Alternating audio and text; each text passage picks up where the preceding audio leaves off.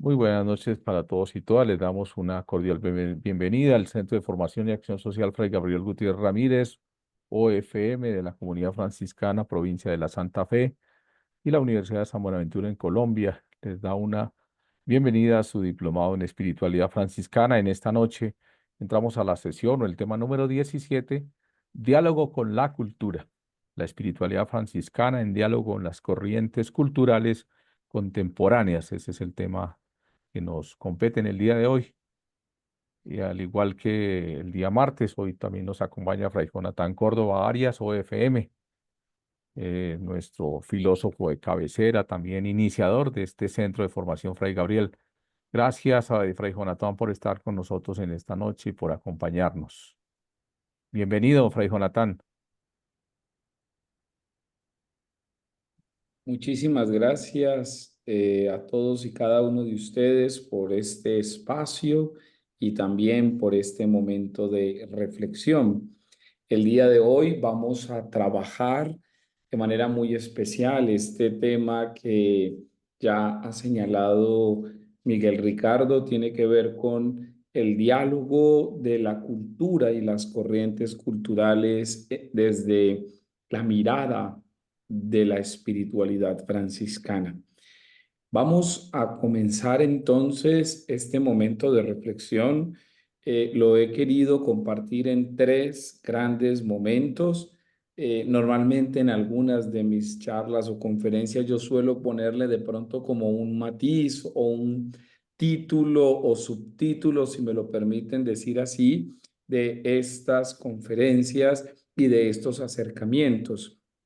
Digamos que el acercamiento que he querido hacer para este momento tiene que ver con el reconocimiento y por eso he querido llamarle precisamente así, la cultura y las corrientes culturales en la espiritualidad franciscana, un camino hacia el reconocimiento.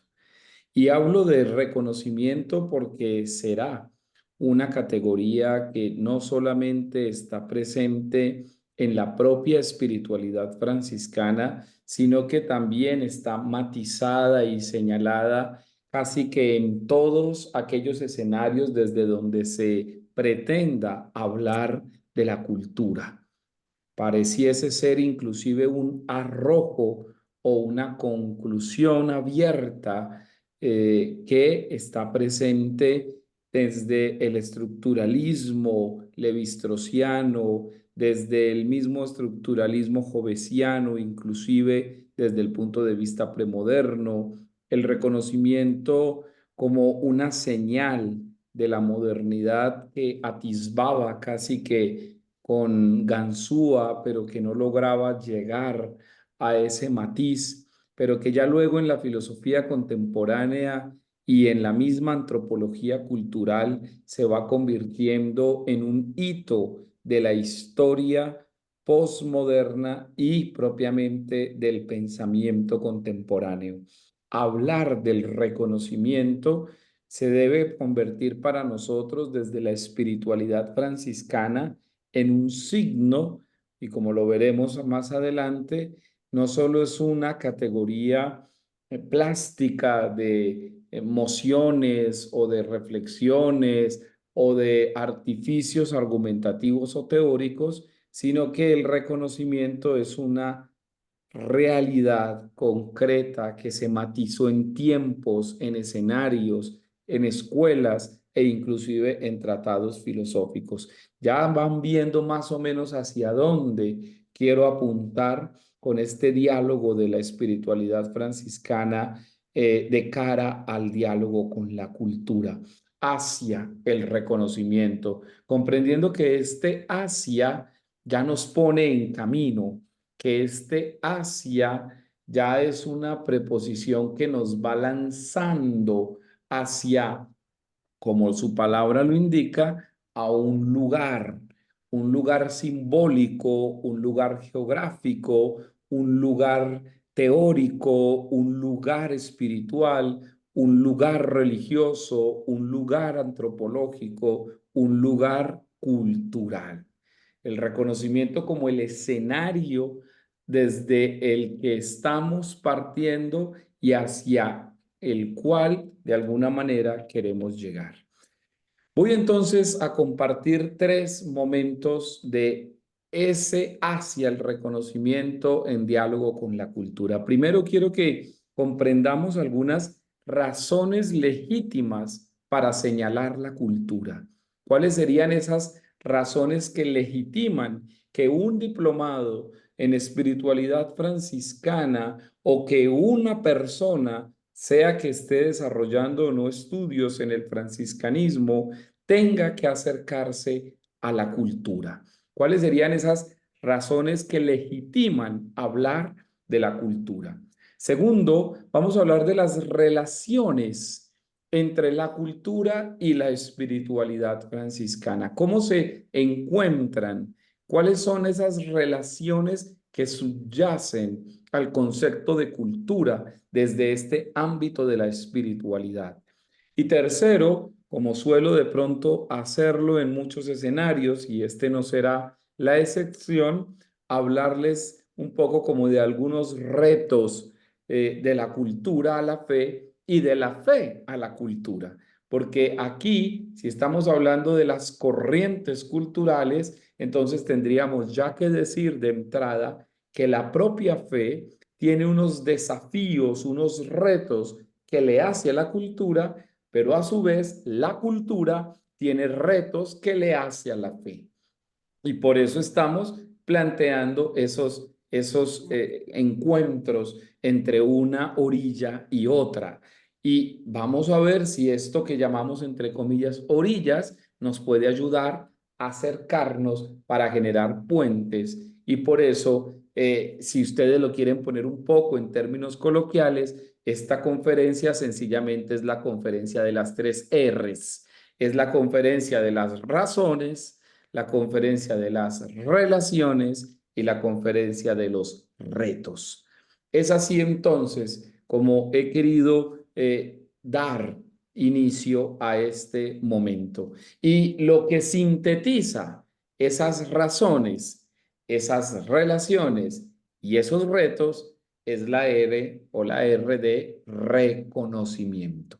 Finalmente, en la espiritualidad franciscana, la categoría fundamental que entra en diálogo con la cultura es el reconocimiento. Yo podría incluso terminar la conferencia ahí, decir sencillamente que la espiritualidad franciscana es el escenario para el reconocimiento de la cultura. Y cuando digo eso, todos tendríamos que decir muchas gracias, Dios le pague y buena noche para todos. Sin embargo, como eso hay que decirlo de una manera un poco pausada, como eso hay que explicarlo, como eso tiene que, digámoslo así, como dicen en el verbo de los gástricos de las vacas, eso tiene que rumiarse y ellos lo rumean porque tienen alrededor de 4 estómagos para procesar todo lo que están consumiendo, pues digamos que es el pretexto que yo les permito o quisiera que hoy pudiéramos compartir. Vamos a rumiar esa categoría de reconocimiento de la cultura en 4 estómagos, es decir, en 4 momentos, que sería el primer momento, las razones, segundo momento, las relaciones, tercer momento, los retos, para que su cuarto momento sea reconocimiento de la cultura. Pues bien, vamos entonces a decir algunas razones legítimas para señalar la cultura.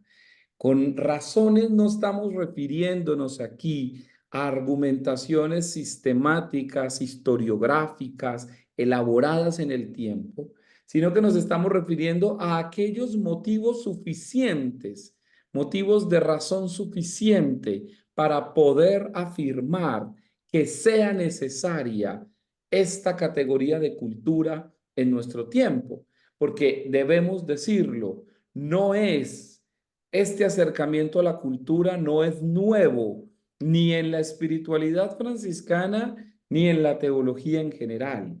Pero sí debemos decir que es novedoso el modo como hoy la iglesia se está acercando a la idea de cultura. Podríamos decir que mucho antes, en momentos anteriores tanto de la filosofía como de la teología, como de la religión, como de la antropología y como de los estudios del estructuralismo, nunca antes se había visto una necesidad tan urgente para hablar de la cultura como hoy. Por eso un diplomado, una conferencia, unos estudios de posgrado o incluso unos acercamientos a la antropología no podrían prescindir jamás, no podrían prescindir de la cultura. Esto ya señala que el Concilio Vaticano II fue uno de los pioneros a través de Lumen Gentium y a través de Gaudium et Spes. Fueron documentos conciliares que fueron pioneros en el tratamiento cultural en nuestro tiempo. Prácticamente cuando la iglesia abre esta ventana al mundo a través del ayornamiento, no solamente estaba refiriendo una renovación intrínseca de postulados de fe, sino que ante todo estaba posibilitando, como así lo hizo San Juan 23, lo estaba proponiendo era de cara a un diálogo legítimo con la cultura de su tiempo. No solo porque estábamos ante el, digámoslo así, ante la efervescencia del racionalismo moderno, que algunos de ustedes sabrán que es claramente en 1880 donde empieza a fulgurar la síntesis racionalista, porque en 1830 con la muerte de Federico Hegel se podría decir que llega la síntesis de la modernidad, sino también porque la misma iglesia estaba ya viéndose en la necesidad de empujar, si lo queremos poner en este término un poco, había que empujar el camión porque el camión no iba demasiado lento o sencillamente no apretaba el acelerador.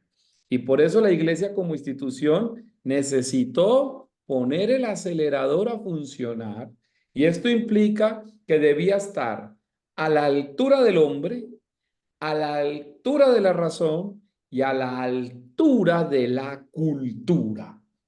Estar a la altura de la cultura era una señal vehemente de la modernidad. Por eso el Concilio Vaticano II se convierte en el pretexto fundamental en 1962 para no desconocer y menos querer ignorar este señalamiento de Papa San Juan XXIII y de todos los posteriores. Inclusive, recordarán ustedes que Pacem in Terris, una de las encíclicas de la doctrina social de la Iglesia, es una de las encíclicas que mejor argumenta cómo la cultura es el primer escenario de todo diálogo y por eso la espiritualidad franciscana tiene que ir también entrando en ese oleaje eclesiológico y no puede desconocer que hay que saber surfear esas olas y que allí el carisma franciscano no se quedó por fuera, sino todo lo contrario, supo entrar muy bien con el discurso que ya traía y con los mismos atisbos de modernidad que ya traía en personajes como Guillermo de Ockham, como Duns Scoto, como Raymond Lulo, como Roger Bacon, que empezaron ya a entrar en esa dinámica emergente de el diálogo entre fe y razón. Y ese diálogo entre fe y razón nos obliga entonces hoy a establecer un diálogo entre fe y cultura. No en vano, una de las vicerrectorías de nuestra Universidad de San Buenaventura en Colombia es la pionera en el mundo y así quedó demostrado en el último encuentro de rectores de educación superior de la espiritualidad franciscana en Roma, cuando nuestro rector general y otro grupo de rectores de nuestro país fueron y presentaban la vicerrectoría, que en su momento se denominó precisamente así, la Vicerrectoría para la Evangelización de las Culturas. y lo hacían haciendo eco a esa realidad integradora necesaria de escuchar las voces culturales en consonancia con la dimensión de la fe. Hoy se llama la Vicerrectoría para la Identidad Institucional, también un nombre muy válido en términos de aquello que nos identifica y nos integra dentro del bienestar institucional, que es uno de los objetivos de toda educación superior. Sin embargo, no podemos olvidar que el momento naciente de esa Vicerrectoría para la Identidad y el Bienestar Institucional fue en su intencionalidad originaria el diálogo con las culturas, una categoría que ya era pionera en Roma desde la espiritualidad franciscana en la provincia de la Santa Fe y que se convierte ahora en un hito protagónico de este diálogo entre fe y cultura. Así pues, la primera razón que podemos plantear después de este marco introductorio para señalar la cultura es que el hombre no es unidimensional. Es lo primero que podemos afirmar como una razón legítima para hablar de cultura.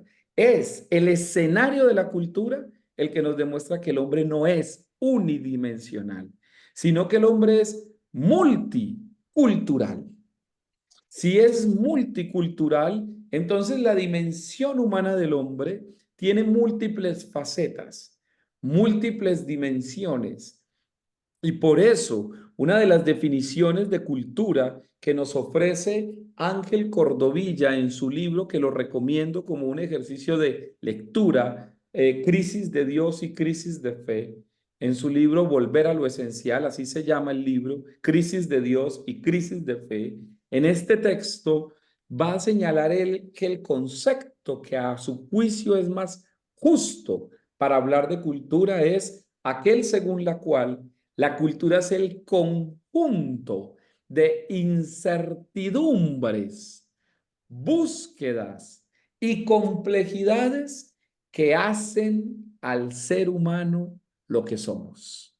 Ese es el modo como él nos está definiendo cultura, como el conjunto de incertidumbres. Fíjense esto, donde hay incertidumbre, ya hay una voz de la cultura. Donde hay complejidad, hay una voz de la cultura.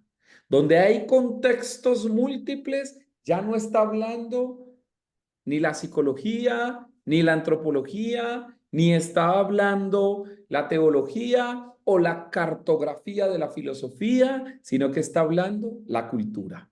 La cultura se enriquece desde lo incierto, lo complejo y lo contextual.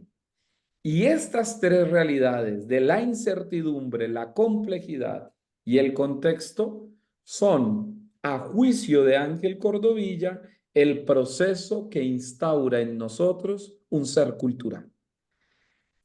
Dicho esto, podemos entonces afirmar que la segunda razón que hace legítima la cultura es que el hombre no solo es trascendencia, sino ante todo inmanencia. Es decir, el hombre es circunstancia. El hombre está en el ámbito de lo circundante. Y en ese ámbito de lo circundante o inclusive circunstancial, ese campo de la inmanencia humana es el que nos permite encontrarnos y respirarnos como seres culturales. Tercero, el hombre no es un ser entonces que se ciega o se cierra al mundo, sino que es un hombre que se sabe a sí mismo abierto al mundo. Esto, fundamental decirlo en un ambiente religioso.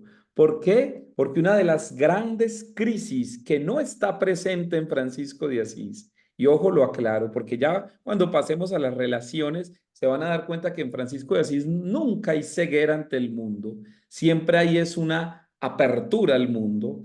En Francisco de Asís, el hombre es ante todo un ser abierto al mundo, con ojos abiertos, lo voy a afirmar más adelante. Y por eso la cultura es el escenario de la apertura. Permítanme usar este juego de las palabras. Está a la altura de la cultura quien vive en la apertura. Lo voy a repetir porque suena un poco enredado, pero creo que nos da luces. Está a la altura de la cultura quien vive en la apertura. Por eso las personas que en la vida cristiana han querido de alguna manera, permítanme decirlo así, cerrarse desde el intimismo religioso o desde el intimismo espiritual al mundo, no están a la altura de la cultura. Estar a la altura de la cultura exige una actitud de apertura permanente. Y esta apertura nos lleva entonces a la cuarta razón del por qué es necesario señalar la cultura. Y tiene que ver con el tema del cultivo, que es una de las definiciones de cultura. El hombre es un cultivo, es una adhesión, es un aprendizaje. El hombre es ante todo cultivo. De ahí viene la palabra cultura en el origen latino. Cultura viene de cultivar, de sembrar. La cultura es un cultivo porque implica aprender a sembrar. Y este sembrado necesita frutos de diversa especie, necesita frutos de todo tipo, necesita frutos múltiples. No es un fruto uniforme, es un fruto multiforme. Y por eso la cultura, al ser definida como cultivo, implica que hay un desarrollo y este desarrollo implica que hay un crecimiento. Y este crecimiento implica que hay un florecimiento. Y este florecimiento implica que hay un fruto que se va dando, que se va viendo, que va madurando. Fíjense ustedes que la naturaleza es sabia en este sentido.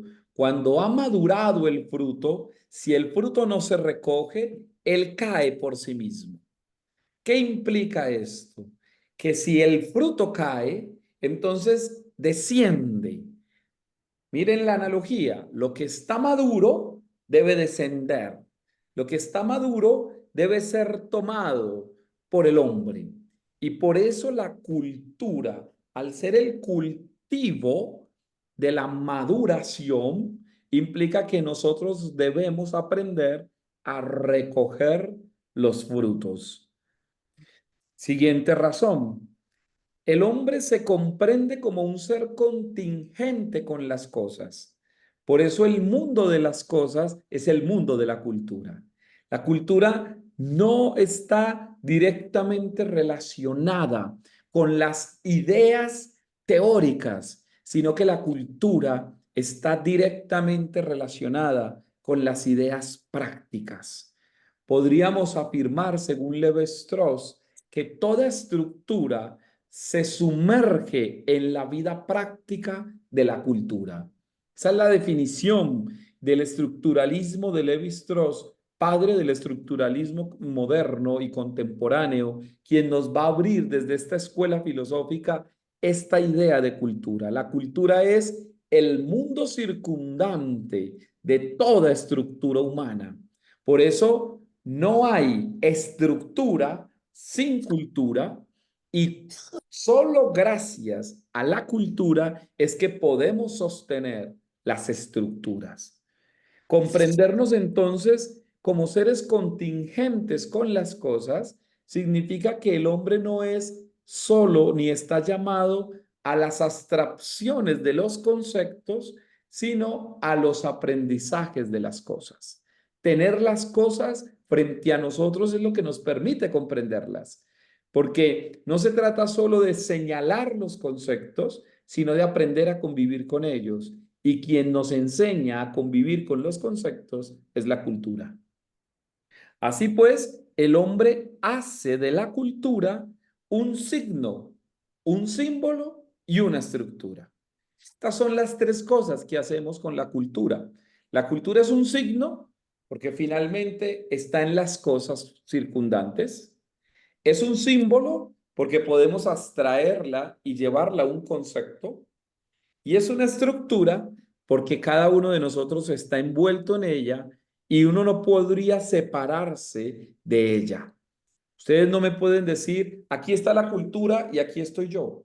O al revés, aquí estoy yo y esta es la cultura. No, cuando estamos viendo la cultura es porque ya nosotros estamos dentro de ella. Y cuando nosotros estamos pudiendo conceptualizar el ser cultural, lo que estamos es viéndonos culturalmente. Por eso la cultura es el reflejo de los conceptos y los conceptos son posibles gracias a que culturalmente podemos entendernos unos con otros. A juicio de Ángel Cordovilla, son conceptos de incertidumbre, conceptos de complejidad, conceptos de razonamientos, pero a juicio de otros autores, las culturas son un proceso de deconstrucción, es decir, la cultura debe descender al mundo cotidiano. No se trata entonces de conceptualizar la cultura para salir de ella en conceptos abstractos, sino que se trata de conceptualizar la cultura dentro de ella en conceptos concretos. Concretizar la cultura significa que ya la habitamos y que ella nos habita, no solo que la conceptualizamos definiéndola desde realidades definitorias o definitivas que nos alejan o nos sacan de ella. Estos entonces son las razones legítimas para que podamos hoy decir que hablamos de cultura. Lo voy a resumir. El hombre no es unidimensional, es pluricultural. El hombre no es solo trascendencia, también es inmanencia. El hombre es un ser que sabe dialogar con el mundo. El hombre es un cultivo, una adhesión, un aprendizaje, es decir, un sembrado. El hombre se comprende como un ser contingente con las cosas, por eso puede hablar de ellas, y el hombre hace de la cultura signos, símbolos y estructuras. Dicho estas razones legítimas, comprendamos entonces en clave de lo franciscano qué significaría estas relaciones entre la cultura y la espiritualidad. Miren, la figura cultural que toda espiritualidad franciscana debe ver es la de Francisco de Asís. No hay otro hombre más capaz, más sereno, más audaz para señalarnos las relaciones que nosotros deberíamos tener con la cultura como Francisco de Asís. Y por eso, permítanme establecerles algunas relaciones de la figura de Francisco de Asís con la cultura para que veamos nosotros cómo podríamos también emprender ese relacionamiento con el entorno. Primero que todo, se los adelantaba un poco, les decía, Francisco ve la cultura con ojos abiertos. Entonces, ¿qué significa esto? Que en Francisco la cultura no es un síntoma que hay que negar, ocultar, evadir, sino que la cultura es un elemento al que hay que entrar, sumergirse y permítanme usar la analogía del mar, nadar, bucear, todo lo que implique surfear, nadar, bucear, entrar en lo profundo, descender, un poco guardando las proporciones, ir al oscuro, porque la cultura es un campo oscuro. La cultura no crean ustedes que está clara, no crean ustedes que el ser humano en sus corrientes culturales está claro. De hecho, las corrientes culturales de la contemporaneidad no eran claras. El hombre se sumergió en múltiples corrientes. Y estas corrientes, y miren qué interesante que la palabra que usen sea corriente, porque es el tema del agua, lo que está de fondo. Estas corrientes los llevan a lugares insospechados. Pues Francisco es eso, es un hombre de ojos abiertos, porque no le teme a las corrientes, porque ahonda en lo que necesita ver y aunque tiene la impronta espiritual, esta impronta espiritual no le inhabilita para poderse enfrentar al mundo. Todo lo contrario, tener lo espiritual lo capacita para que pueda entender de qué forma relacionarse con la cultura. Pero es un encuentro, una relación de ojos abiertos. Segundo, Francisco se entiende como un ser cultural y luego como un ser espiritual. Fíjense ustedes que la primera búsqueda de Francisco no era una búsqueda por la transformación de lo espiritual. De hecho, si ustedes y yo leemos con detenimiento los agiógrafos, las agiografías franciscanas siempre nos van a ubicar a Francisco entendiendo su camino de conversión como un camino de idealización de la transformación de su cultura, no como un camino de idealización de la transformación de la iglesia. La primera aspiración humanamente cultural de Francisco fue la más sabia y la más sensata de su época. Era el hombre más asertivo de la época. ¿Qué quería él? Ser un gran caballero, pertenecer a la nobleza, subir a su familia a un estatus más alto, estar en el ambiente cultural más legítimo de su época, buscar estar en los primeros puestos, ser un juglar, pero después de ser un juglar, tener juglares a su servicio. Es todo el campo de la transformación de su cultura antes de querer transformar su iglesia. Por lo tanto, Francisco es un ser que primero es cultural y luego es espiritual. La transformación de Francisco no niega los anhelos legítimos de su época.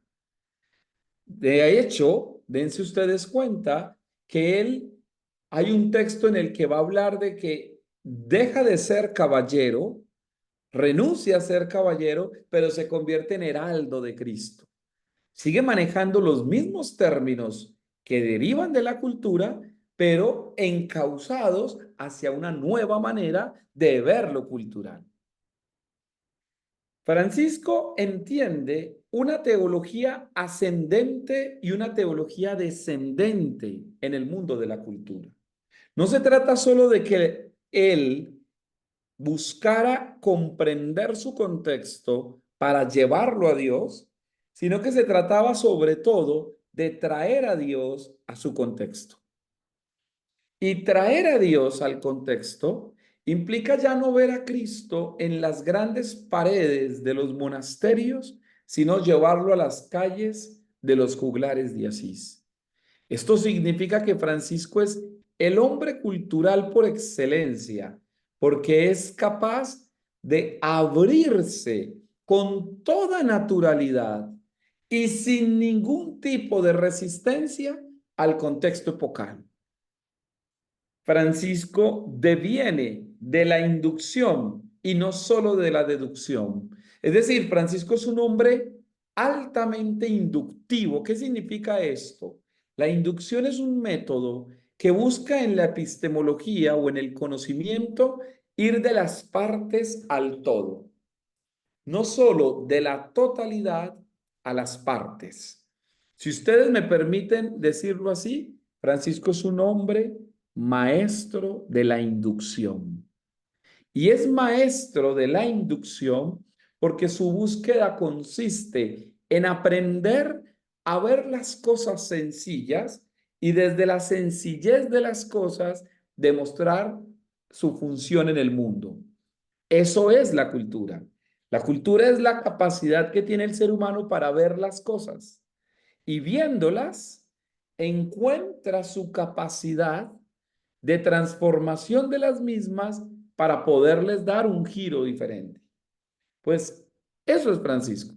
Es el hombre de la inducción de las cosas, de la inducción de las personas, de la inducción de los conceptos, de la inducción en las decisiones, de la inducción en las, digámoslo así, en las cosas pormenores, es decir, en lo más suelto, y cuando encuentra ello, lo va integrando, lo va integrando, lo va vinculando, lo va uniendo procesualmente a su existencia. Es, podríamos decirlo así, el experto en las cosas para luego llevar cada cosa a Dios. Y por eso es capaz, mucho después, de ver a Dios en las cosas. Es una manera de entender lo cultural en Francisco. Ve primero las cosas para llevarlas a Dios, para luego en Dios ver todas las cosas. Pues bien, Francisco, antes de señalar cambios, interpreta los cambios.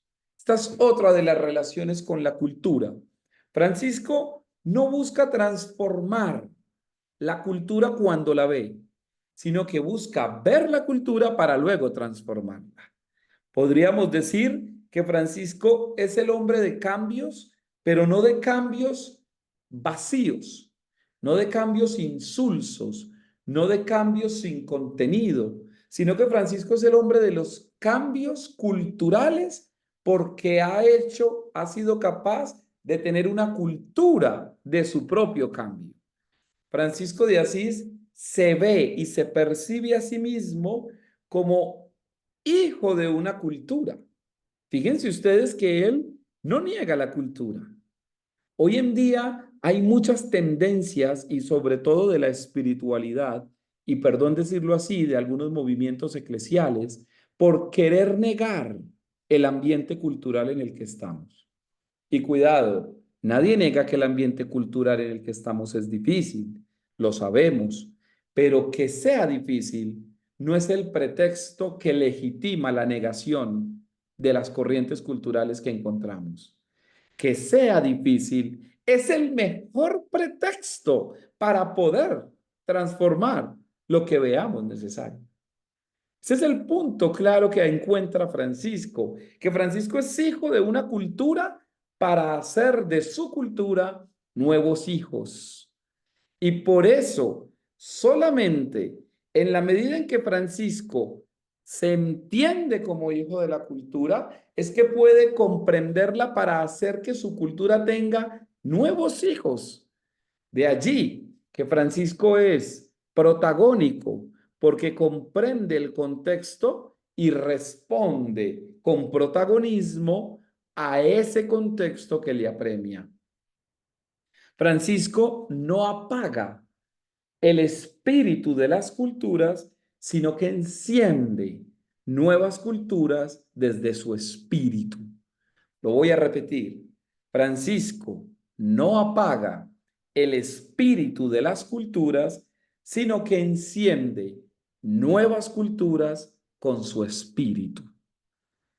Mis hermanos, podríamos decir que en el ambiente se respira un espíritu. Se respira un espíritu. Las culturas tienen espíritu. Y ustedes me dirán, ¿cómo así, padre? Claro, las culturas tienen espíritu porque las culturas son organismos vivos que se diferencian unas de otras, que se mueven en el tiempo, que se transforman, que tienen movimiento, que cambian permanentemente. Tal cual como lo decía el axioma heraclitiano, lo único que permanece es el cambio. Y por eso Francisco es capaz de fluctuar entre las culturas y es capaz de convivir con ellas porque reconoce los espíritus que las habitan. Nuestras culturas son espíritus que hay que saber leer, percibir, respirar, olfatear, interpretar. El que se diga en este momento un lector de lo cultural debe ser ante todo un observador.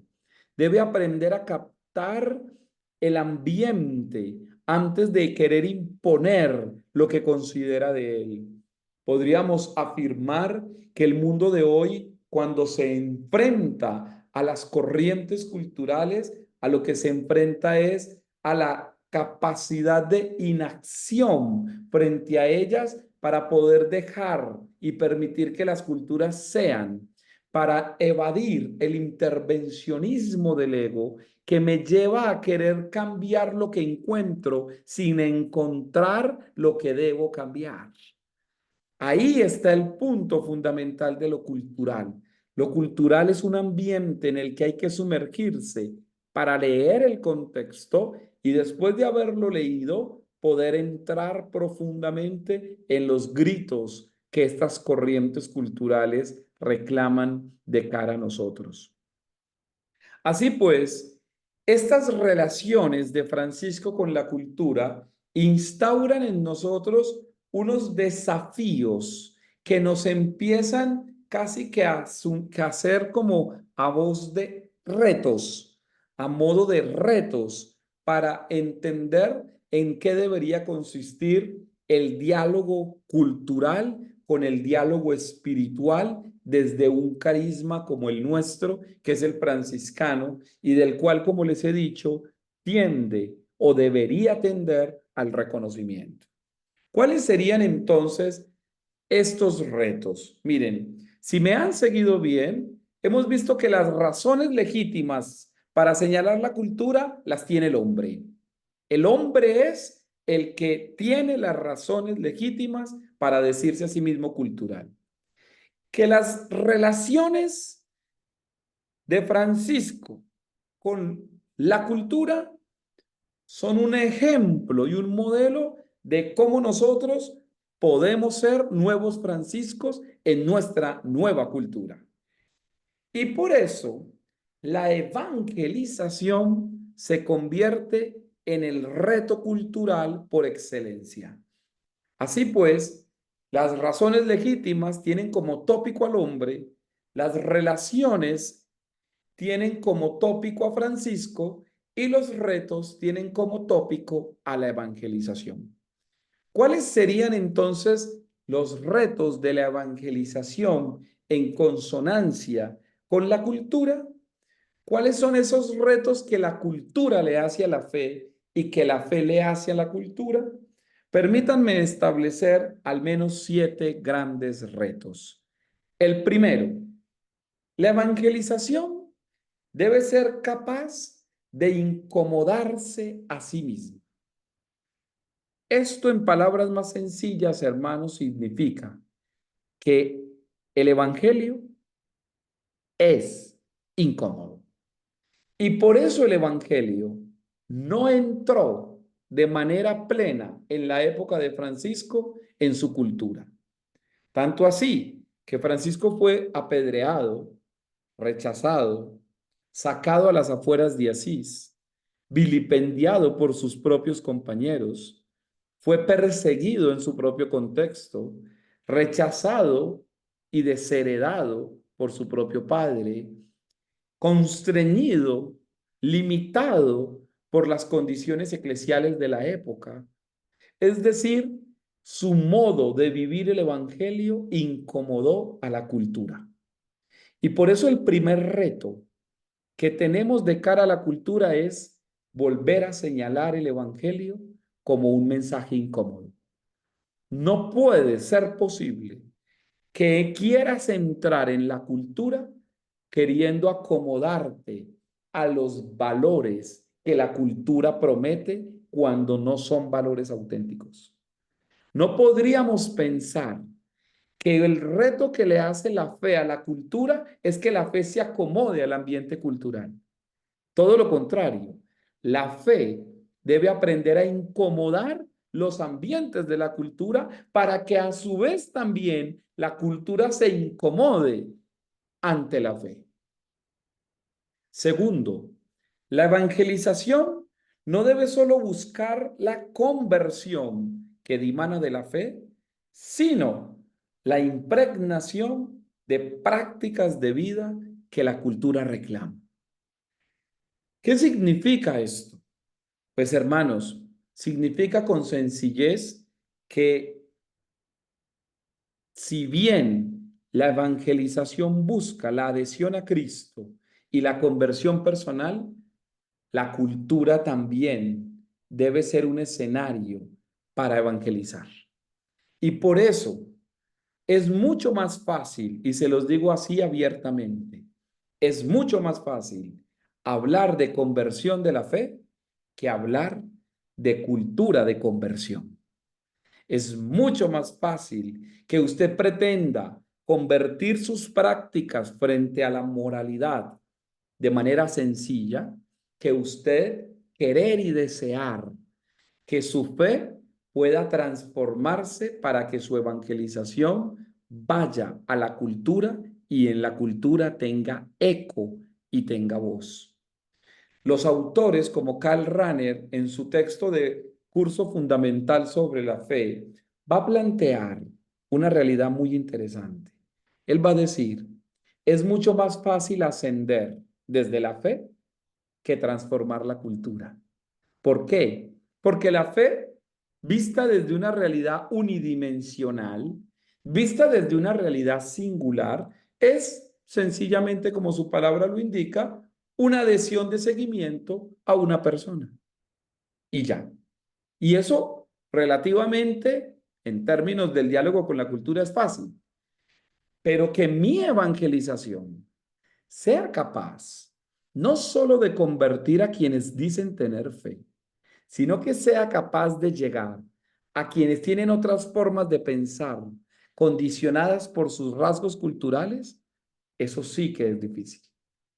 Y por eso el reto que está de cara al diálogo con Francisco de Asís y la espiritualidad franciscana es ser capaces de llegar a habitar, y si me lo permiten decir así, cohabitar con las prácticas de vida de un pueblo.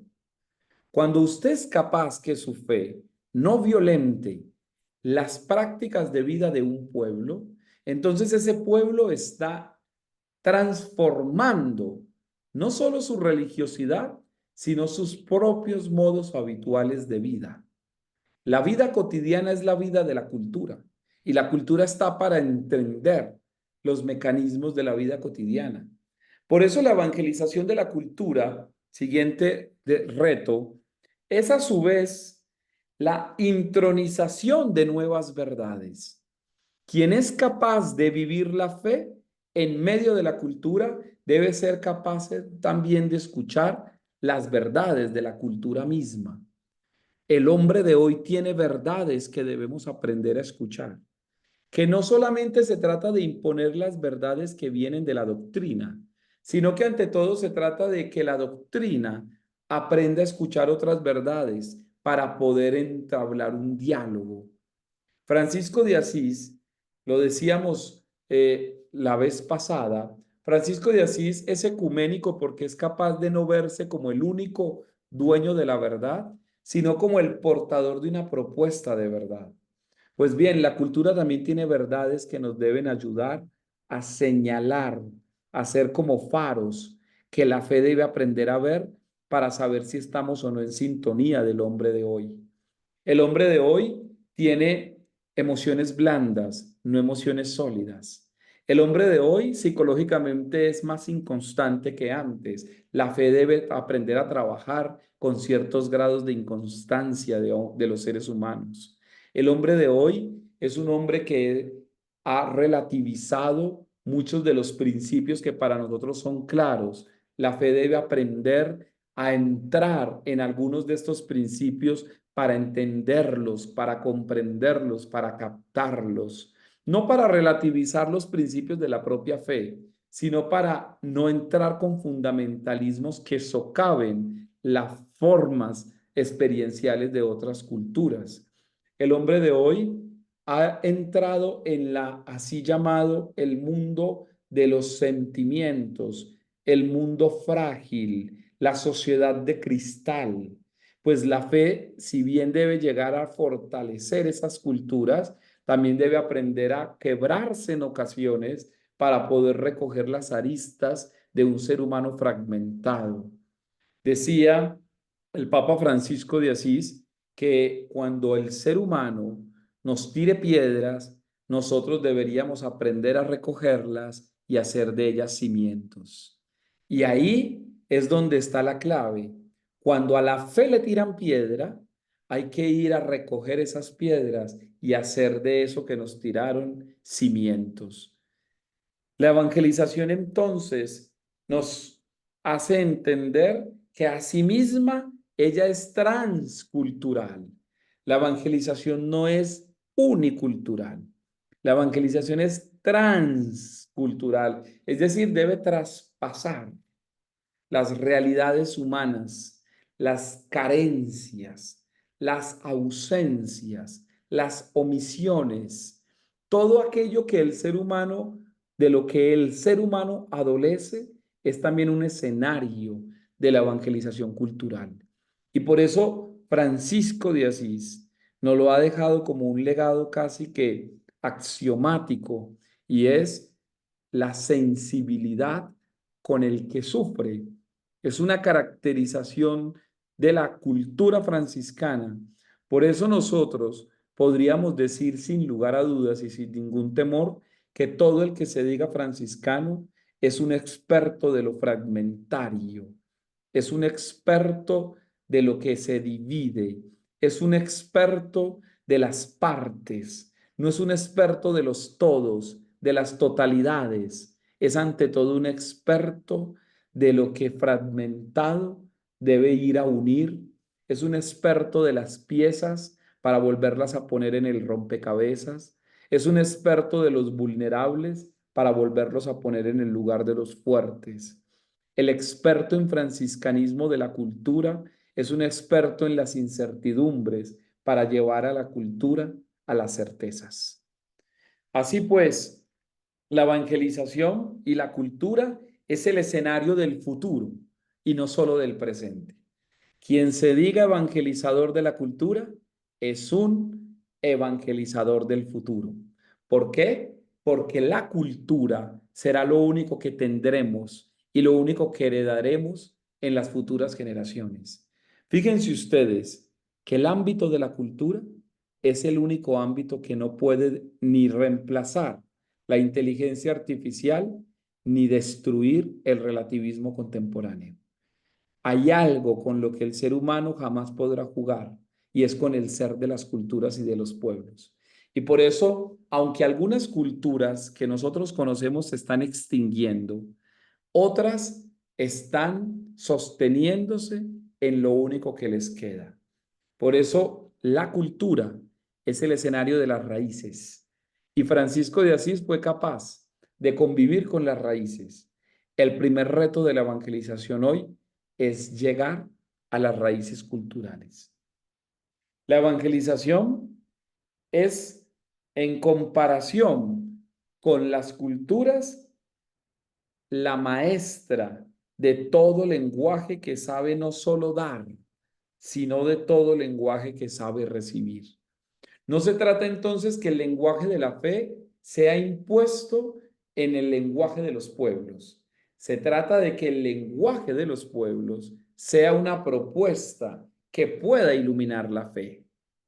Por eso la fe, al ser el escenario del evangelio, debe también ser el escenario de la cultura. Si su fe no arraiga la cultura, entonces es una fe intimista. Pero si su fe se abre a la cultura, es una fe plural. Y la fe plural es una fe que tiene que ver con la comunicación. Y allí viene el último desafío que les quiero dejar, y es el siguiente. Toda evangelización es comunicación. De allí que los lenguajes culturales también son parte de mi misión. Toda evangelización es comunicación. Dense cuenta ustedes que la manera como nosotros evangelizamos es por la vía de la palabra. Y la palabra no es otra cosa que comunicar. Por lo tanto, si mi lenguaje no es capaz de llegar al lenguaje cultural, entonces estoy hablando en otro país, en otra ciudad, en otro lugar, en otro planeta. La fe debe ser un lenguaje que sea capaz de ser comunicado en las culturas de hoy. Y por eso las culturas de hoy están esperando que nosotros podamos llegar a estar a su altura. No se trata de que las culturas se rindan al lenguaje de la fe. Y tampoco se trata de que la fe se rinda y se deje vencer al lenguaje cultural.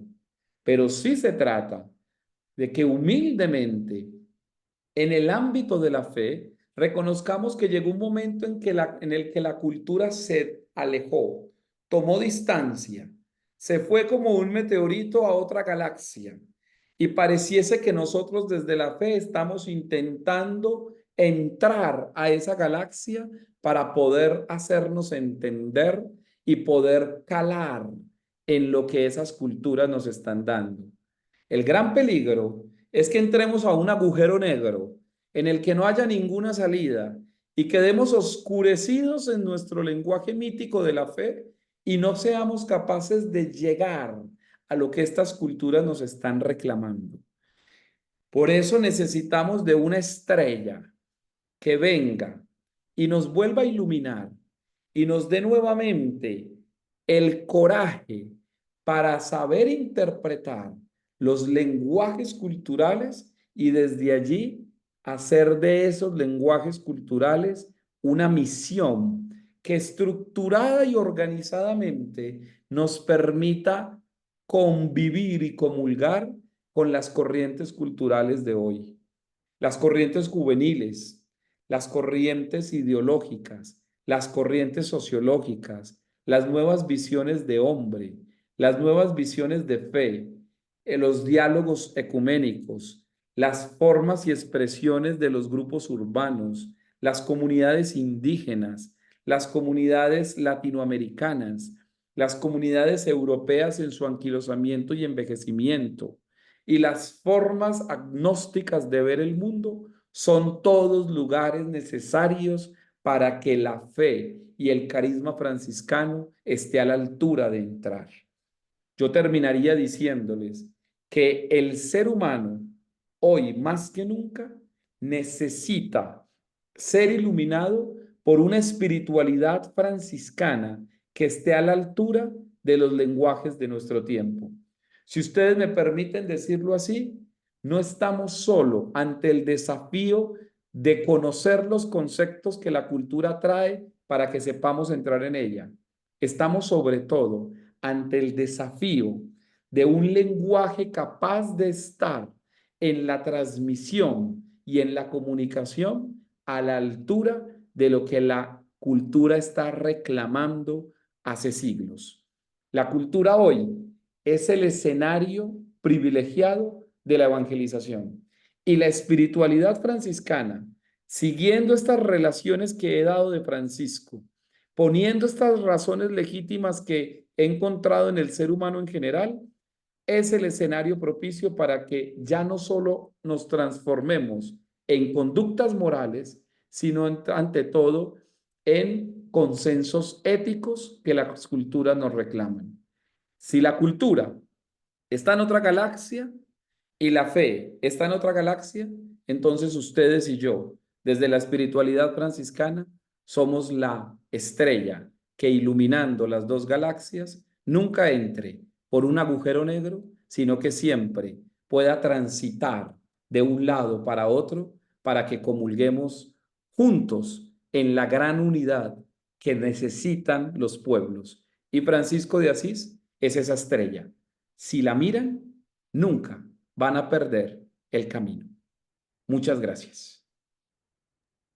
Lo dijo Natal, muchísimas gracias. Creo que esta noche ha sido igual de interesante este tema y clave para hoy poder comprender más en este mundo que se vive la interculturalidad. No sé si haya tiempo para una pregunta o como me decía, ya tenía que estar en el compromiso con con la fraternidad. ¿5 minutos? Ok, 5 preguntas. Sandra. Sí, Sandra, hay una pregunta. Sandra. Y grande, necesito ayuda en este tema. Fray, y hermanos, estoy en este proceso, lo estoy viviendo, más allá de lo que hablábamos en la clase pasada, estoy es en este, y de todo lo que le escuché estoy muy cruda y me congestiono porque necesito aprender más, ¿sí? Eh, Estoy en un espacio donde tengo una persona al lado que dice soy cuenunista y su apellido es Cuenú. Esa vaina me dijo, googleala, eso no existe. Tengo al otro lado una persona a la que le preguntan qué religión tienes y dice soy pansexual.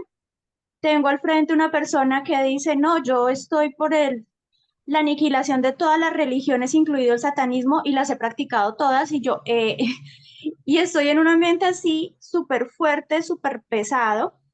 Y yo digo, ¿qué espera Dios de mí? O sea, ¿qué quiere Dios? Entonces el tema que así me congestionó porque está siendo muy fuerte. Entonces necesito ayuda. Bueno, Perdón, tranquila, Sandra. es Muy fuerte. bien. Bien, tranquila. Digamos que todo no se dice de una vez y para siempre. Todo hace parte de un proceso. Evidentemente, no tienes que tener todas las respuestas eh, claras, ni totales, ni todo plenamente comprendidas. Creo que se trata de un proceso en el que todos los días vamos aprendiendo a conceptualizar, pero sobre todo aprendiendo a experimentar. Y en esas dos realidades de la abstracción y la experiencia, uno va encontrándose y va motivándose para todos los días ir creciendo. Yo pensaría que no se trata de convulsionarse y desesperarse por lo que aprendes, sino de serenarse e ir tomando cada concepto procesualmente, de modo que las respuestas van llegando. Y teniendo claro una cosa, que tal vez no la cité, pero es conocimiento de todos, y es que en el momento en el que encontramos las respuestas, nos cambian las preguntas. Entonces hay que ir todos los días en ese crecimiento y creo que no se trata de una angustia estructural o personal, una angustia existencial, sino que se trata de un proceso progresivo, metódico, para ir dando poco a poco lo que también esto desde la experiencia va tocando a nosotros. Muchas gracias, Fray. Y me encomiendo a sus oraciones para ver cómo vamos adelantando este proceso que está fuertecito. Y comprensión con serenidad para tener una serenidad de la comprensión. Lo que voy comprendiendo lo voy asumiendo serenamente y eso que voy a hacer serenamente ya lo voy comprendiendo y dando. Muy bien. Gracias. Hermanas Clarisas, por ahí me dice hasta dónde. Buenas Herma- noches para todas. Mi pregunta surge, digamos, qué elementos se deben utilizar, por ejemplo, con los jóvenes que viven estas culturas de lo líquido, de lo cristal, cuando ellos toman como un proceso vocacional, porque siendo así como tan frágiles, como que eso no lo lleva a que tomen un compromiso seriamente. Entonces, ¿qué elementos podría uno utilizar para trabajar con estos jóvenes?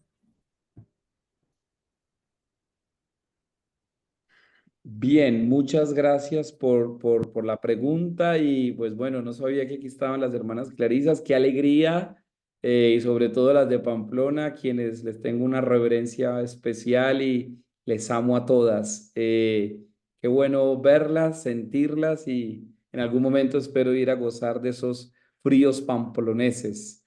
Bueno, miren, los jóvenes son uno de los grandes desafíos de la cultura.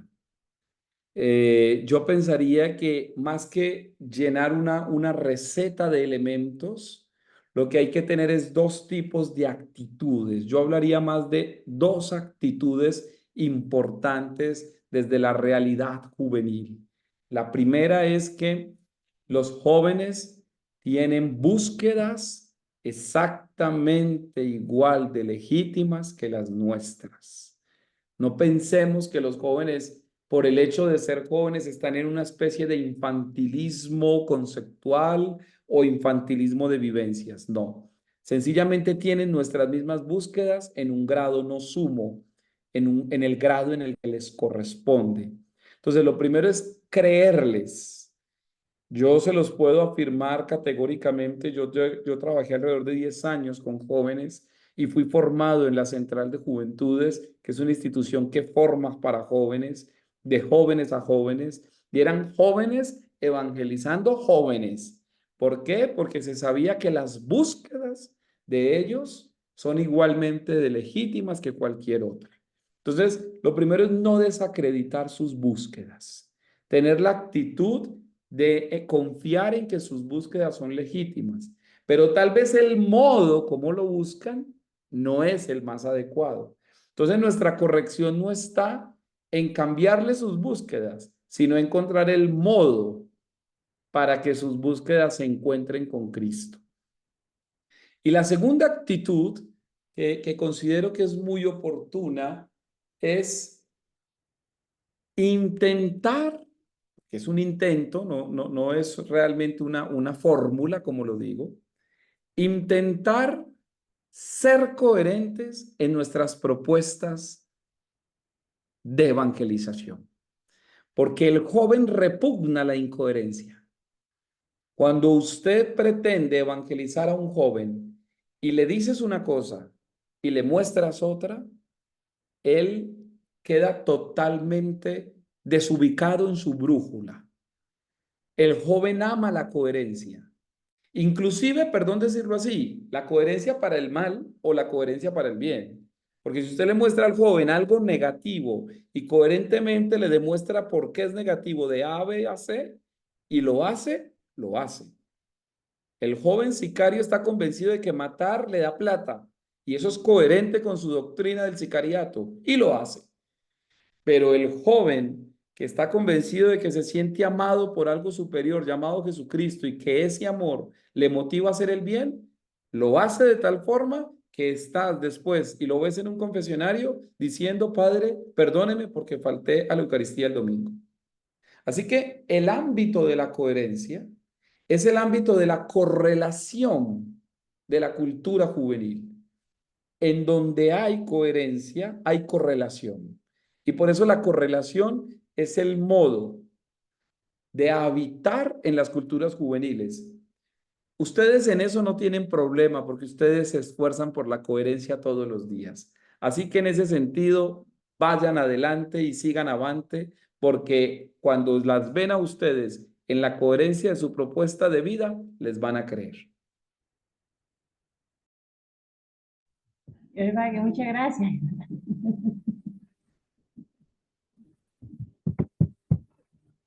Vicky,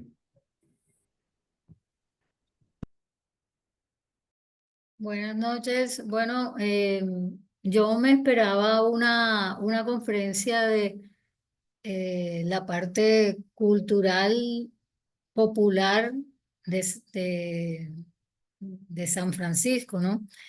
Y me imaginaba un listado como de los libros, de las obras de arte, de la arquitectura, de todas las manifestaciones culturales que... Sí. Y entonces cuando eso empezó, yo decía, pero ¿esto qué? Dios mío. Entonces, últimamente yo he estado leyendo autores que no son, digámoslo así, franciscanos, que hablan de Francisco, entre esos Gabriela Mistral. Y me acordé de un fragmento que dice así, si es que de pronto Gabriela Mistral está equivocada o yo también estoy equivocada, no sé.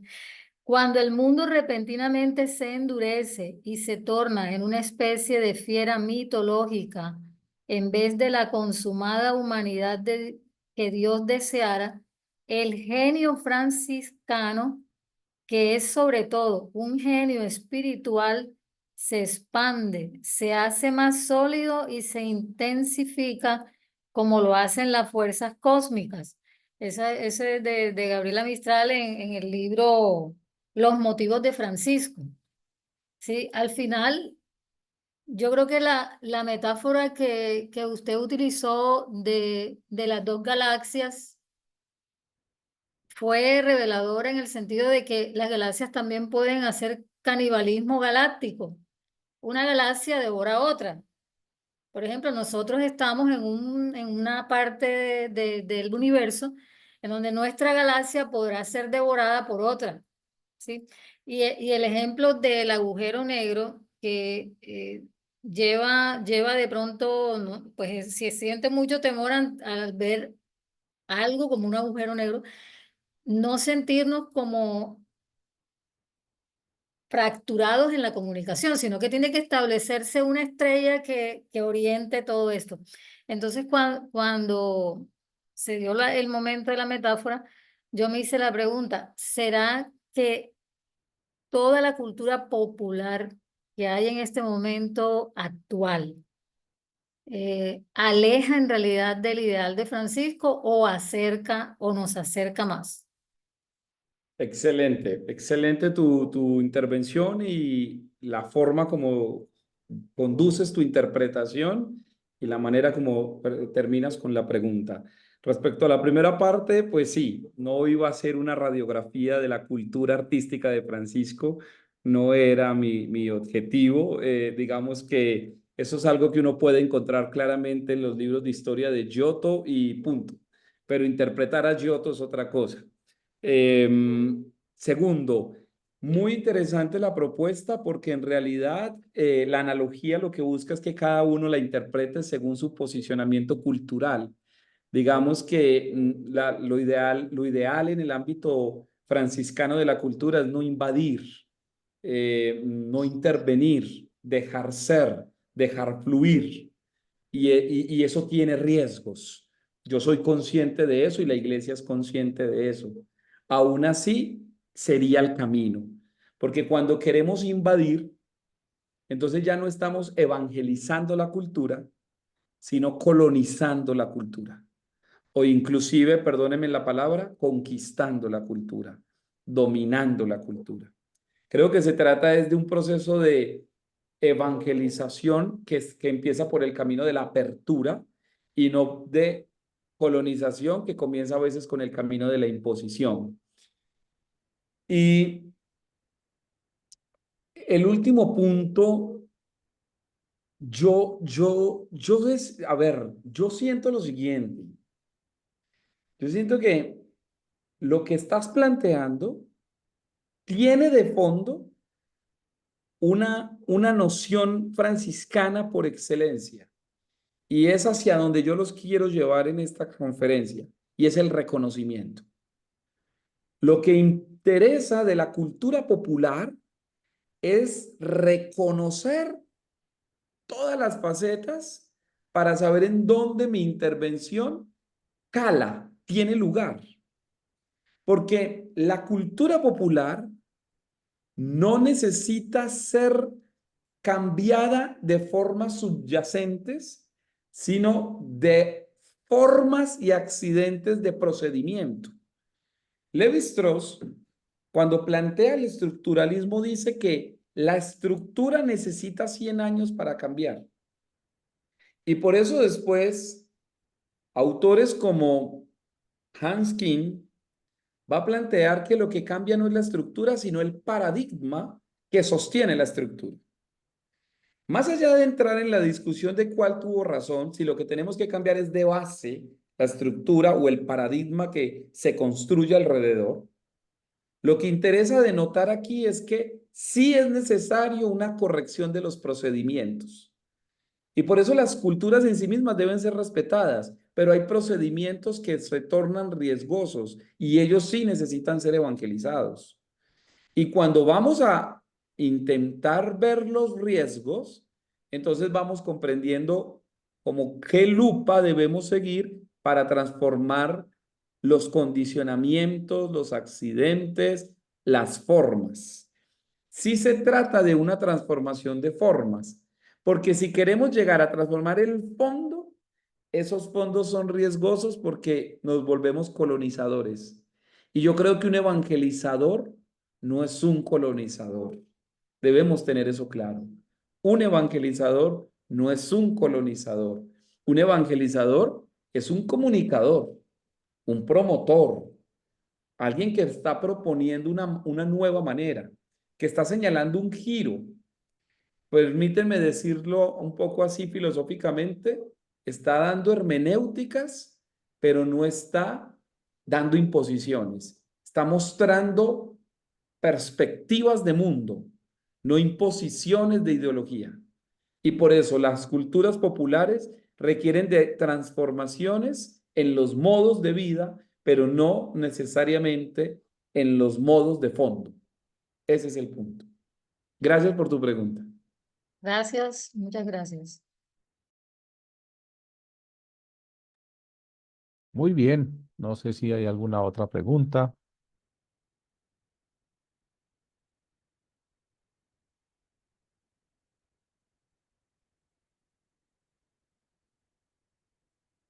Luis Germán.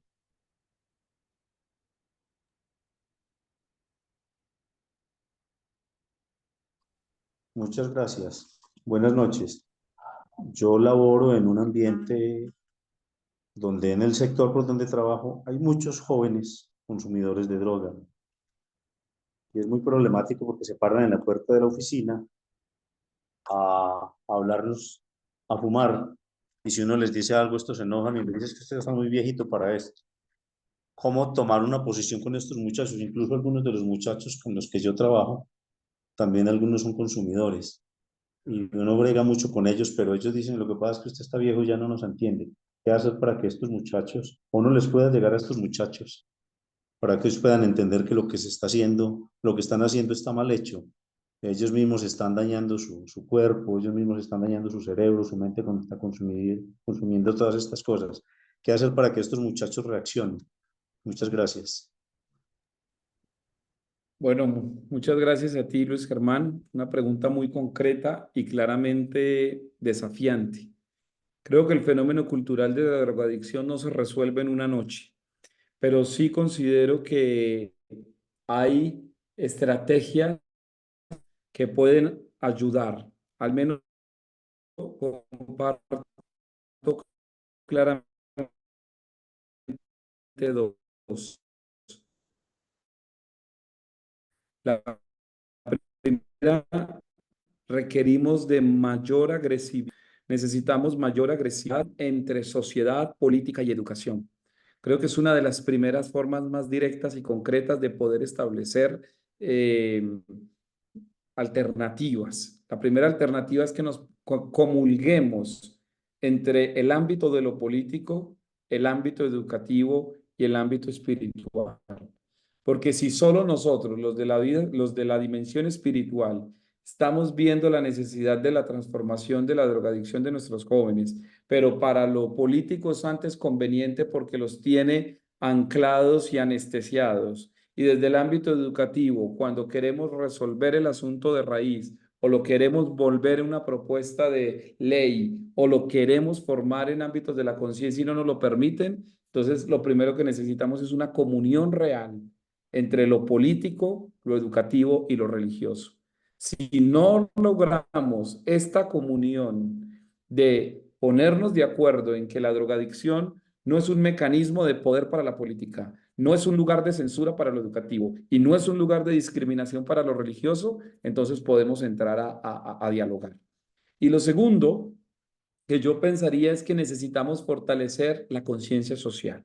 Y por eso espacios como este son más que necesarios e imperativos, porque espero hablar sin equivocarme, pero una de las grandes, digamos, una de las grandes propuestas de Fray Gabriel Gutiérrez, con quien tuve la oportunidad de vivir y a quien tuve la oportunidad de conocer, una de las grandes propuestas de este fraile era ver a estos hermanos como eso, como hermanos, no como núcleos de proteccionismo social para justificar grandes cantidades económicas de dinero en favor de quienes se beneficiaron de los más vulnerados que eran los que estaban en el ámbito de la drogadicción. Entonces, yo creo que debe haber una comunión de voluntades y esta comunión de voluntades comienza cuando se despierta la conciencia social. Por eso, escenarios como la formación desde el ámbito de lo social, creo yo que es un primer escenario claro y práctico.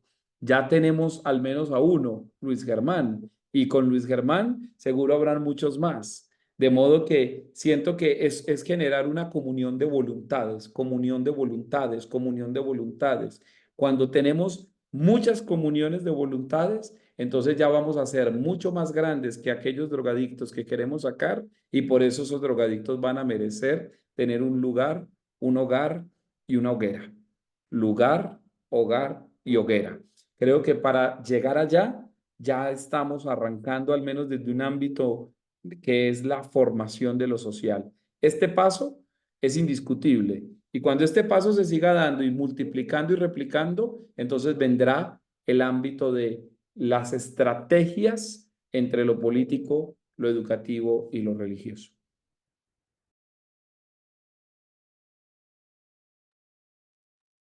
Muchas gracias. Gladys,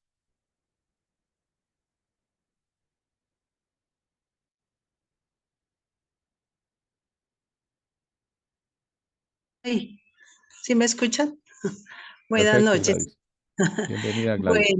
Bueno, yo quería preguntarle a Fray, pues escuchando pues todos esos análisis sobre la cultura, la sociedad, ¿cómo podríamos, digamos nosotros, pues ya mayorcitos, la mayoría, influir en, digamos que nuestro trabajo final sobre este diplomado tuviera una proyección y un alcance, digamos, maravilloso hacia los jóvenes, ya que en la parroquia, pues hay jóvenes muy lindos que han empezado desde monaguillos, eh, están ellos en Jufra, ¿sí? En la juventud franciscana, pero ellos también están inmersos en una sociedad, en los colegios distritales o algunos pues en los colegios franciscanos, pero otros sí están.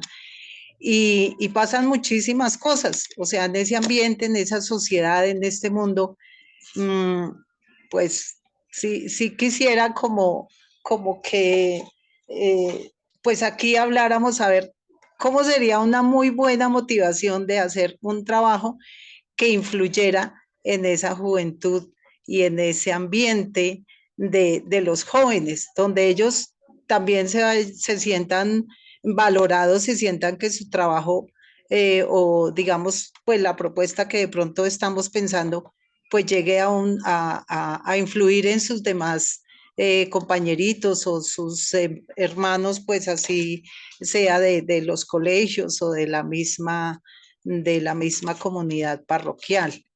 Entonces, me gustaría así como que de pronto nos iniciara en algunos tipsitos para que ese trabajo pudiera influir en esos jóvenes. No sé si es muy atrevida la pregunta o muy ingenua, pero sí me gustaría desde su conocimiento, desde su sabiduría, cómo hacer de un trabajo así para que influya en los jóvenes de la parroquia. Bien, Gracias. gracias.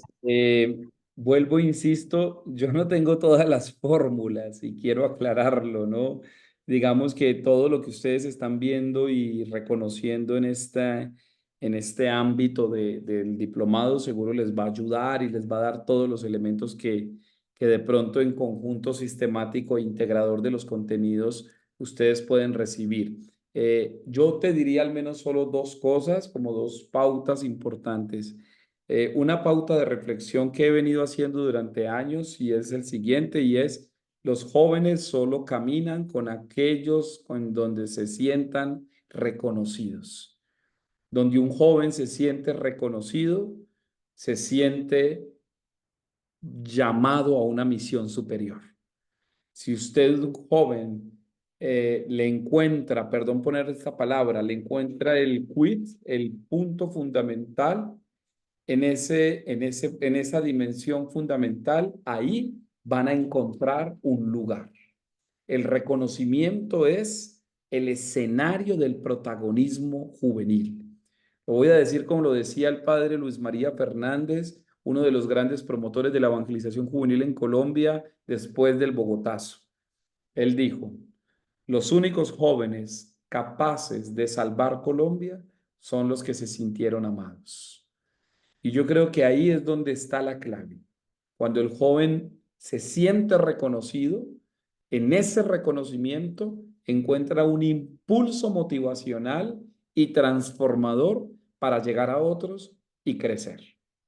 Y el segundo elemento es el siguiente, y es que la fe no crece por proselitismo, sino por atracción. Este principio del Papa Benedicto XVI nos consolida en una convicción y en una verdad. Y es la verdad según la cual, si la fe crece por atracción, entonces un joven llamará a otro. Un joven llamará a otro. No olviden ustedes que Jesús en la cruz destina la misión más fundamental de cuidar a la madre, es decir, de cuidar a la iglesia, porque María es la analogía de la iglesia, y se lo entrega a un joven. Juan era el más joven de todos. ¿Qué significa esto? Que si el joven se siente atraído por un gran ideal, caminará siempre. Si a los jóvenes solo le damos poquitas cosas o les entregamos pequeñas cosas, el joven jamás sentirá que está llamado a una misión más grande que él mismo. Pero si el joven entiende, y me gusta mucho que este diplomado, y felicito a Miguel Ricardo y a todo su equipo por tener una alta preocupación por la juventud. No saben cuánto me alegra escuchar esto, porque todas las preguntas, la mayoría han sido orientadas hacia la juventud. Esto me enamora muchísimo, porque me hace sentir que ustedes son los encargados de poner en los jóvenes grandes sueños.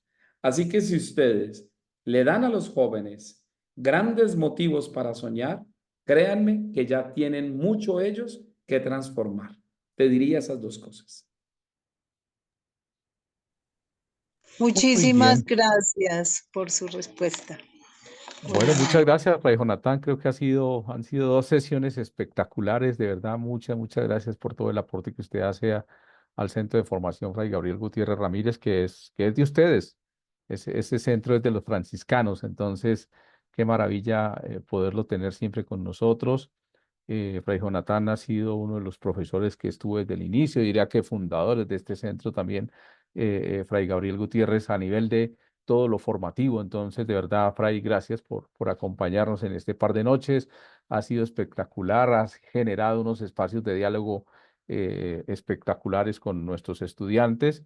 Y bueno, quedan retos ahí grandes para todos nosotros en estos temas que son claves hoy precisamente para este mundo en que nosotros vivimos. Muchas Muy gracias. bien, un par de minutos para revisar un poco nuestro cronograma. Entonces, yo les diría lo siguiente. Entonces, la semana entrante vamos a tener clase el día martes 12 y 14. Son las dos fechas que nos faltan de clase. No, perdón, 5 y 7, ¿cierto? 5 y 7. Martes 5, jueves 7. Tendremos dos clases. Hay una clase que está pendiente que es la de las fuentes. ¿Se acuerdan que tuvimos nada más y nada menos que la fiesta de los estigmas? Entonces, bueno, 800 años había que celebrar, entonces suspendimos la clase. Pero el 12 de noviembre va a estar Pachito Lotero con ese tema de las fuentes, que le fascina, le encanta y creo que es un tema básico. De una vez les adelanto que el 2025 vamos a tener un curso, no un diplomado, sino un curso solamente en las fuentes. Ustedes van a poder estar con la regla en la mano, rayando, entendiendo, comprendiendo de dónde salió, cuál fue el debate, por qué sí, por qué no. 2025 tendrán ustedes un curso sobre las fuentes franciscanas. No solamente las reglas, sino todos los escritos y estudios franciscanos. La geografía, bueno, muchas cosas. Ahí les voy adelantando, ahí les voy dando una píldora porque en estos días ya estuvimos reunidos ahí trabajando un poco el tema. Y vendrán otros temas, hay otro tema que indudablemente haciendo parte del que hace parte de esta escuela, de este centro Fray Gabriel, pues sin duda vamos a tener un curso sobre, especialmente para quienes sean psicólogos, psicólogas, pero también para pastoralistas, sobre el tema de las adicciones y la escucha, o sea, cómo ayudar a las juventudes. Creo que Luis Germán tenía esa preocupación. Luis Germán, ahí viene un curso sobre adicciones y la escucha. Un tema clave hoy, importantísimo hoy, porque a veces lo que decía Luis Germán, a veces no sabemos qué hacer, como anoche precisamente tuvimos un encuentro de red de habitantes de la calle a nivel de Latinoamérica y yo estuve con un grupo de muchachos que están en procesos de dejar las drogas y fueron muy reconocidos, aplaudidos. Estuvimos trabajando con un grupo grande de Argentina, de Latinoamérica y escuchar a estos muchachos con esas ganas de salir y volver, recuperar su vida, ¿no? Y creo que una de las preocupaciones de Gabriel era esa. Mientras más le quitemos gente a las calles, eso es una bendición. Gabriel decía, no tiene por qué haber gente en las calles, ¿sí? Sin embargo, también decía Gabriel algo bien bonito y es el lema del Centro de Formación Fray Gabriel, jamás abandonaremos los templos humanos, jamás abandonaremos los templos humanos. Gabriel los considera templos humanos porque en ellos habita Dios, porque en ellos habita el Espíritu Santo, porque son seres humanos de carne y hueso igual que nosotros. Que algún día cayeron allí, pues creo que lo sabemos, ¿sí? La gente empieza por el alcohol y termina por las drogas y termina metiendo en una cantidad de cosas y termina perdiendo su vida y a veces las calles ganan estas vidas, pero son seres humanos igual que nosotros con las mismas necesidades. No hacen parte de la pintura urbana, ¿sí? A veces como que hacen parte de la fotografía urbana estas personas. Usted puede pasar tomando muchas fotografías y después se sienta a analizarlas y allí ve a unas personas que están botadas en las calles y esos son seres humanos. Bueno, muy bien, seguramente que habrá la posibilidad de, después de profundizar en estos temas, ya vienen diplomados sobre la adicción y el tema de la escucha, tema clave, ojalá estén muchos psicólogos, psicólogas, personas que están trabajando en las parroquias, en las comunidades y bueno, también ustedes como pastoralistas, será interesante que puedan hacer parte de este curso. Y como les decía, el curso de las fuentes, que es importante y cada vez entendamos más, profundicemos más en el franciscanismo. Y bueno, ahí les estoy contando pildoritas de lo que viene para el 2025. Muy bien. Entonces, eso va a suceder las fuentes el día 12. El día 14 es el día para escucharlos, es el día de recoger la cosecha, ¿sí? Ya hemos sembrado, ya se ha sembrado muchísimo y les he echado agüita y vitaminas y bueno, hemos estado ahí rociando la matica, ¿no es cierto?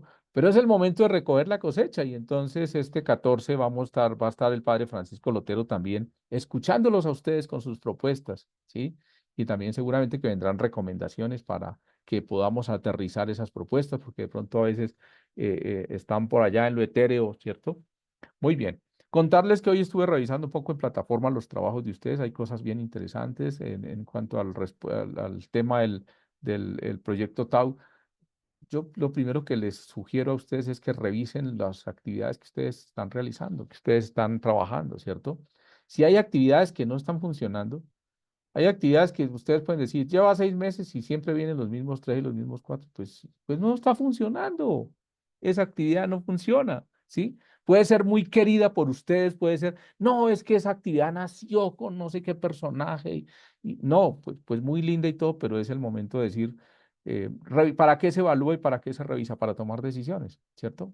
Entonces, lo primero que les aconsejo es revisen todos esos proyectos, si tienen proyectos, no sé, cuando estamos hablando de un proyecto, estamos hablando de algo grande, algo que tiene presupuesto, algo que ayuda en la transformación, algo que impacta, ¿sí? Eso es un proyecto, ¿no es cierto?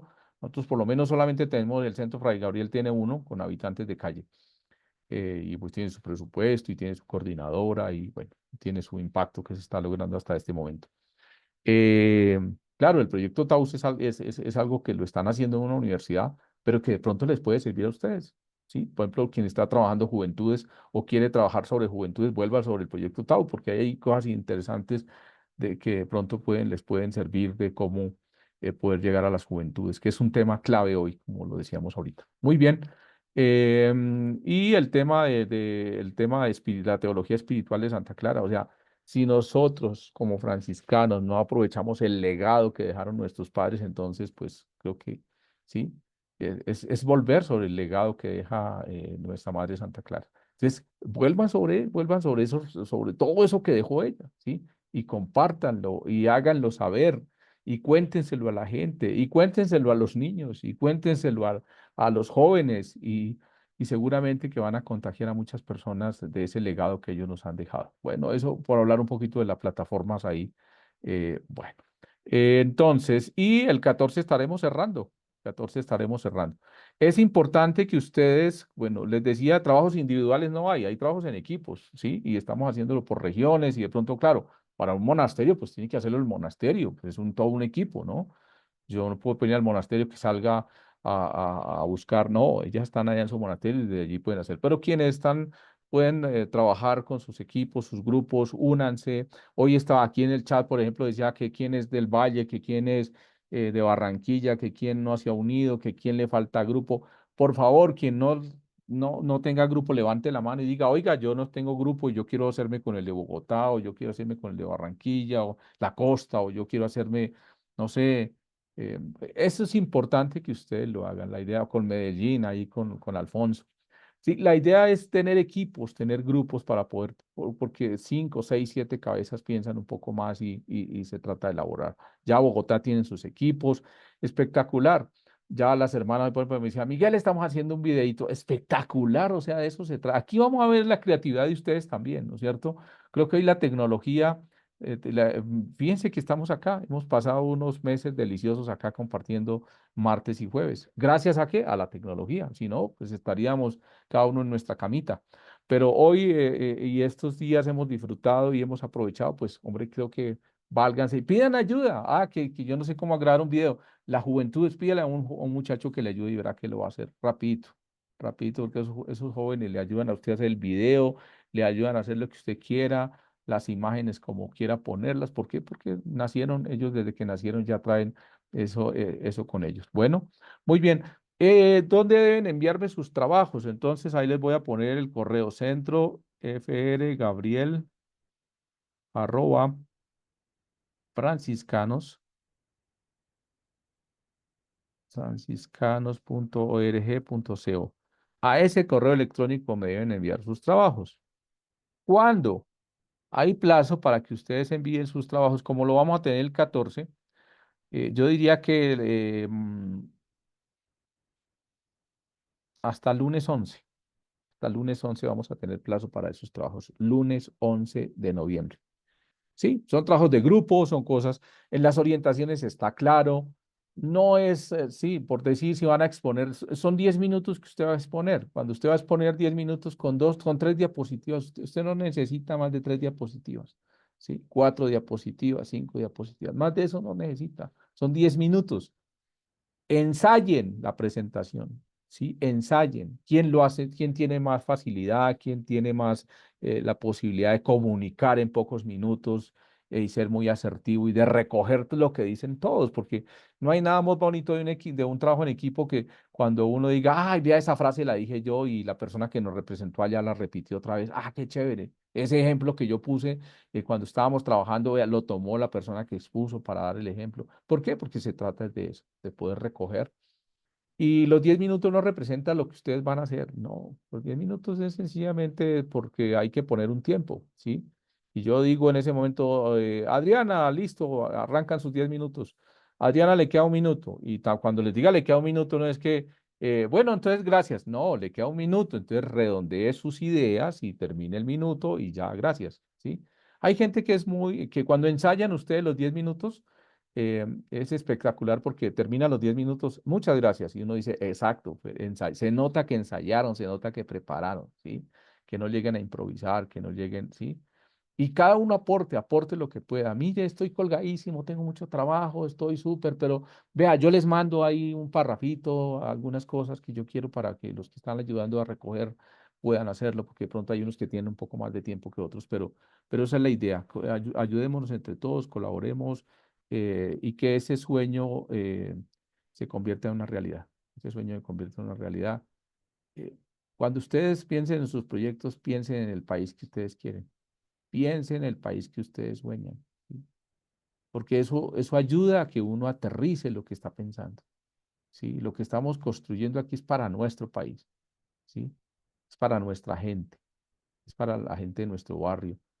Pero la gente del barrio de Cartagena es colombiano. La gente del barrio en Bogotá es colombiano. ¿Sí? Entonces, Cuando uno piensa en su país, en qué necesita este país, en qué necesitan nuestras juventudes, como ahorita lo preguntaban, seguramente que aparecen cosas interesantes ahí.